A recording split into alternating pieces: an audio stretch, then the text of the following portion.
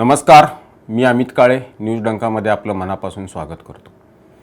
गेल्या 2 दिवसांपासून राज्यात गाजत असलेलं ड्रग्ज प्रकरण आणि त्यातील मुख्य सूत्रधार ललित पाटील याची अटक हा विषय चर्चेला जात आहे। याचाच एक भाग म्हणून शिवसेना उभाटा गटाच्या उपनेत्या सुषमा अंधारे यांनी राज्याचे उत्पादन शुल्क मंत्री शंभूराज देसाई यांच्या नार्को टेस्टची मागणी केली। यावरून आज शंभूराज देसाई यांनी सुषमा अंधारे यांना थेट न्यायालयीन नोटीस पाठवलेली आहे। ते मी शंभूराज देसाईंच्या नार्को टेस्टची मागणी करते। कोणत्याही पुराव्याअभावी अंधारे यांनी अशी विधान करणं योग्य नसल्याचं शंभूराज देसाई यांनी म्हटलं। आता इथं विषय सुषमा अंधारे आणि शंभूराज देसाई यांचा असला तरी पुराव्यांअभावी किंवा आधार नसलेली विधानं करणाऱ्यांना अशा पद्धतीनं कायदेशीर नोटीस देणं हेच योग्य असल्याचं म्हणावं लागेल। त्याचं कारण असं आहे की अलीकडच्या काळात आपण पाहतोय की राजकारण असेल किंवा समाजकारण असेल अशा विविध क्षेत्रांमध्ये केवळ निराधार आरोप करायचे किंवा अपुऱ्या माहितीच्या आधारावर आरोप करायचे किंवा पुराव्याअभावी आरोप करायचे असे प्रकार दिवसेंदिवस वाढत चाललेले असल्याचं दिसून येतं। यातून आरोप करणाऱ्याला प्रसिद्धी मिळते, पण ज्याच्या विरोधात आरोप झाले त्याच्या मात्र प्रतिमेचं पार खोबरं झाल्याशिवाय राहत नाही। आता या ललित पाटील प्रकरणामध्ये ललित पाटील याला पोलिसांनी पकडल्यानंतर वाहिन्यांशी बोलताना जाता तो असं म्हणाला की मला पळवून लावलं गेलं, मी पळून गेलेलो नव्हतो, असं एक विधान त्यानं केलेलं आहे। ठीक आहे, सध्या ललित पाटील हा पोलिसांच्या कोठडीमध्ये आहे आणि पोलीस तपास सुरू आहे, त्यामुळं त्यातून खरं काय ते पोलीस तपासात निष्पन्न होईलच आणि ते जनतेपुढं पण येईल। तसं एक सूचक विधान कालच गृहमंत्री देवेंद्र फडणवीस यांनी केलेलं पण आहे। तपास संपलेला नाही, तपास तर आत्ता सुरू झाला आहे। राज्यात वाढलेलं हे सगळं ड्रग्जचं रॅकेट वगैरे ह्या सगळ्या गोष्टीचं कोणीही समर्थन करत नाही। असे प्रकार हे बंद झालेच पाहिजेत, ही साखळी मोडली गेलीच पाहिजे। यामध्ये सहभागी असलेले कोण प्रशासकीय अधिकारी असतील किंवा अन्य कोण असेल त्यांच्यावर कारवाई झालीच पाहिजे। ड्रग्जच्या माध्यमातून वाढणारी व्यसनाधीनता ही राज्यातील तरुणाईसाठी समाजासाठी घातकच ठरणारी आहे। पण या प्रकरणाशी संबंधित उत्पादन शुल्क मंत्री शंभूराज देसाई यांच्या नार्को टेस्टची मागणी करणं याचा अर्थ काय होतो, हा विषय मंत्री देसाई यांच्या जिव्हारी लागल्यामुळं सुषमा अंधारे यांनी त्यांचं विधान मागं घ्यावं असं आवाहन त्यांनी केलं होतं। मात्र तसं न झाल्यानं त्यांनी आज न्यायालयाची नोटीस त्यांना पाठवून दिल्याचं पत्रकार परिषदेत सांगितलं। हे बोलत असताना मंत्री देसाई असंही म्हणाले की या प्रकरणाशी माझा दुरान्वये जरी संबंध असेल तर मी राजकारणातून संन्यास घ्यायला तयार आहे। एक्साईज मंत्री शंभूराज देसाईंची सुद्धा नार्को टेस्ट करा, उद्या आणि परत कुणाच तरी नाव घेतील। कुणीही कसल्याही यंत्रणेनं या प्रकरणात तीळ मात्र जरी माझा संबंध असला तरी राजकारणातून निवृत्त होण्याची माझी तयारी आहे। पण अशा पद्धतीचं जे बेजबाबदार वक्तव्य सुषमा अंधारे यांनी केलेलं आहे, लवकरच कायदेशीर मार्गाने मी त्यांना उत्तर देईन। ज्या अर्थी मंत्री देसाई इतकं ठामपणे ही गोष्ट बोलून दाखवतात, पुरावे द्या असं म्हणतात, तेव्हा त्यांनी सुषमा अंधारे यांना पाठवलेली नोटीस ही योग्यच आहे असंच म्हणावं लागेल।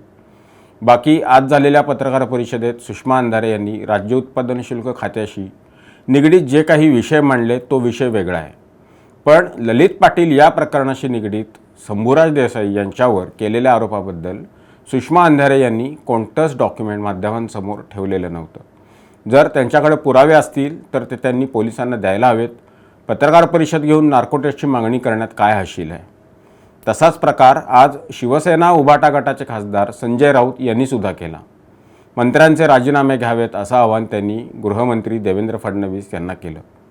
एवढंच काय तर देवेंद्र फडणवीस यांचं डोकं ठिकाणावर आहे का ते नैराश्याच्या गर्तेत सापडलेत असा प्रश्न देखील उपस्थित केला। वस्तुतः गृहमंत्री देवेंद्र फडणवीस यांनी कालच याबद्दलची माहिती माध्यमांना दिली आहे। तपास सुरू असल्यानं आणि हे प्रकरण गंभीर असल्यामुळं काही माहिती त्यांना उघड करता येत नाही हा एक साधा संकेत आहे।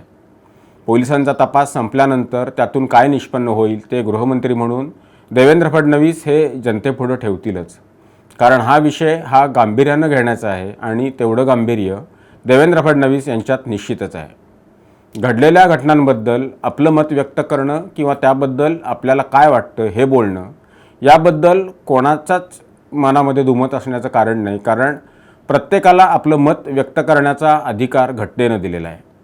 पण एखाद्या व्यक्तीबद्दल आपण जेव्हा आरोप करतो तेव्हा त्या आरोपामध्ये तथ्य असणारे पुरावे, त्याला पुष्टी मिळत असणारे कागदपत्र किंवा अन्य काही गोष्टी यासुद्धा समाजापुढे ठेवणं अपेक्षित आहे.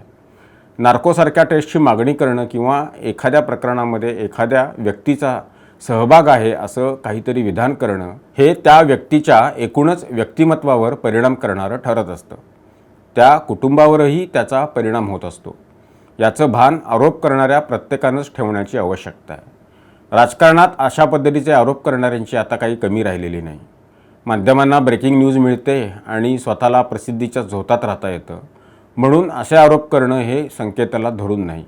राज्य कायद्याचं आहे, राज्य घटनेवर चालतं. त्यामुळं न्याय मिळवण्यासाठी आपल्याकडं न्यायसंस्थासुद्धा आहेत. आपण तिकडेही दाद मागू शकतो, तक्रार करू शकतो. प्रसिद्धी माध्यमांसमोर बोलण्यानं काय होणार आहे?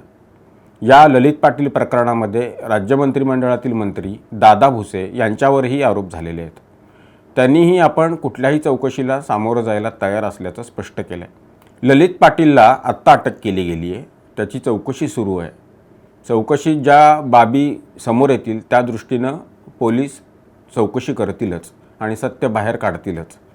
यातून काय बाहेर येतं हे पाहणं आता औत्सुक्याचं असणार आहे.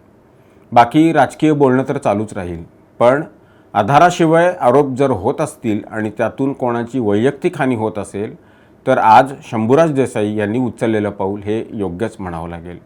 असे आरोप कोणत्याही पक्षाच्या नेत्यांनी कोणत्याही पक्षाच्या नेत्यांवर केले तरी त्यांनी हीच भूमिका घेणं हे योग्य आहे. तेव्हा हा व्हिडिओ आपल्याला कसा वाटला ते आम्हाला जरूर कळवा. आवडल्यास लाईक करा, शेअर करा आणि आमचं चॅनल सबस्क्राईब करायला विसरू नका. धन्यवाद. न्यूज डंकाच्या सर्व प्रेक्षकांना सादर नमस्कार.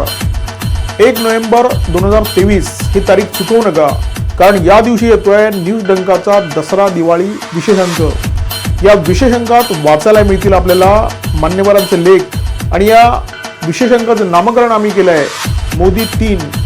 या विशेषांकासाठी देणगी मूल्य आहे 350 पासून तुमच्या मनात येईल तेवढं, म्हणजे 350च्या पुढे तुम्हाला जेवढी वाटेल तेवढी रक्कम तुम्ही या अंकासाठी देणगी मूल्य म्हणून देऊ शकता. चुकवू नका 1 नोव्हेंबर 2023चा कार्यक्रम जो होणार आहे दादरच्या स्वातंत्र्यवीर सावरकर स्मारकामध्ये सायंकाळी 5:30 पासून पुढे. आणि या कार्यक्रमामध्ये सहभाग फक्त नोंदणीनंतरच शक्य आहे.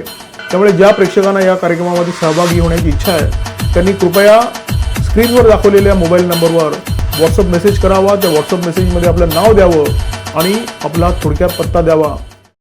आमचा व्हिडिओ जास्तीत जास्त लाईक करा, शेअर करा आणि आमचं यूट्यूब चॅनल सबस्क्राईब करा. धन्यवाद.